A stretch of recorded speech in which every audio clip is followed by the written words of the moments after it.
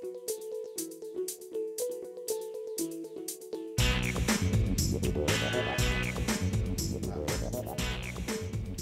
to the Orange County Atheist TV show.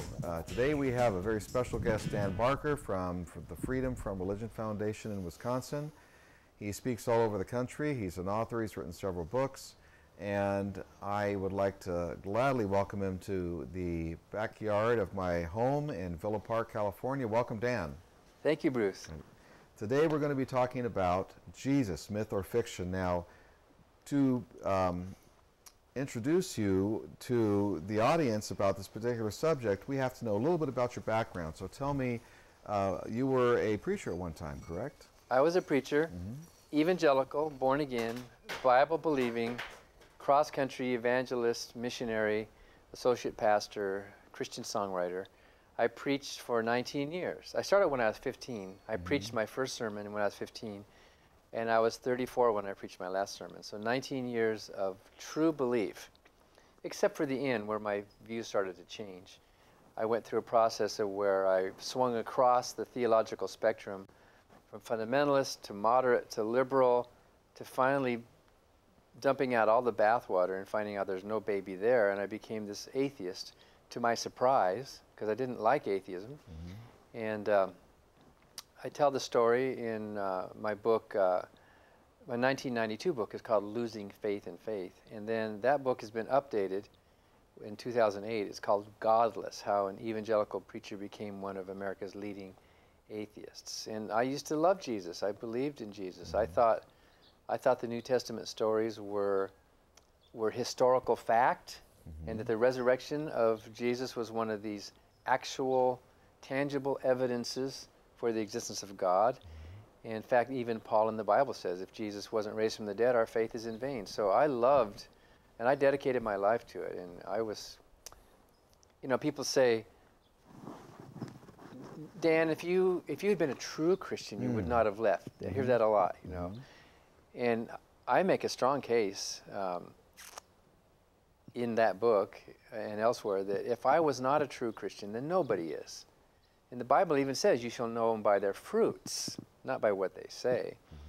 But a lot of believers think, well, they can second guess my psychology, or they think, because to them, Christianity has to be true, right? So there must be some ulterior reason. There must be some psychological reason, or there must be some secret sin that I want to commit, and I don't want any moral restraints. Or a lot of them will announce with confidence, Dan, I've never seen someone struggle with their faith where there was not some moral component involved. You know, who were you sleeping with? What did you want to do? What was the problem? You know, so for me it was intellectual. It's either true or it's not. The reason I went into the ministry was to know what was true and speak what was true. That was my motivation that drove me in, and the same motivation drove me out. When I learned that it wasn't true and it wasn't worth preaching, I still wanted to know the truth and speak the truth. And so I'm still doing the same thing today.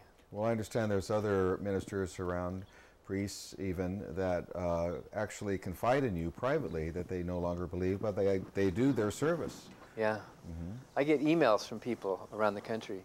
You may have seen the study that Daniel Dennett came out with in March of this year about atheists in the pulpit. And to find those people, I provided about maybe 5 or 6 or 7 different people that I know around the country who are still in the pulpit who are atheists. And I think he took 3 of those, and then he found 2 others on his own. I see. So I hear from them. There's a guy in North Carolina who's preaching right now in an evangelical church. He's an atheist, and no one else knows it. Oh my. Not his family, not his church, and he doesn't know what to do with his life. He doesn't know. What good is a divinity degree? What good is all that preaching experience? And he's tortured, and I don't know what he's going to do. He doesn't know. Well, you came out with a letter to all your family and friends, and I imagine that would be a surprise. You wrote the letter, and what was the response? Yeah, I wrote the letter January of '84, and it was a surprise to almost all of them, especially my parents. And the responses were good and bad.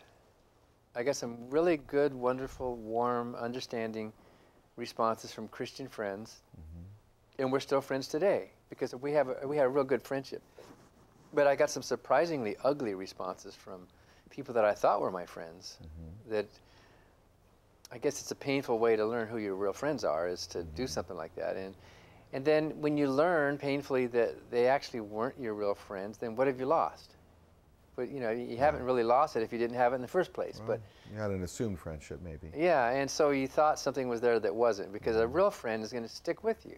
The real friend's not going to badmouth you. That's right. It's an interesting test. But let's talk about Jesus. You've given a couple lectures about Jesus, myth or fiction, and for me it was a progress of not believing in certain parts of Jesus, thinking that he might have been a real person, to the end result is that it is totally a myth, at least for me. Because of the previous gods were basically copied and reintroduced in certain forms in the text of the Bible. So tell me why initially you think Jesus is a myth or a fiction or both. I assume that that's a comic title. Yeah. Myth or legend. Among the skeptics right now, there's two fields of thought, and they overlap somewhat. The true mythicists are still a minority, although that group is growing. Robert Price is one of them. Richard Carrier is one. There are a number of others. But the broader group are the ones who think Jesus may have existed as a sort of simple core historical fact, but that the later story that grew out from that is a legend based on a possible historical Jesus. And I think it doesn't matter, because both of those positions, the myth position or the legend position, conclude that the Jesus of the New Testament, that character, as opposed to the Jesus of history, and those are two different characters. The Jesus of the New Testament, that cartoon character, that caricature that developed, that character did not exist and cannot exist. So to modern Christians, there's no difference between myth and legend. To modern Christians, both the mythicists and the legend scholars are saying the same thing. The New Testament Jesus was a fraud. It was either he didn't exist or he did exist. In any event, it was the later writers who put the words in his mouth. It was later Christian writers who embellished this thing. And on the side of legend, which I think is, you can make a stronger case for legend. And in fact, you can be a mythicist and still see the legend. You know, because the question of myth is whether there was a core person there at all, right? This is just an informal way of describing it.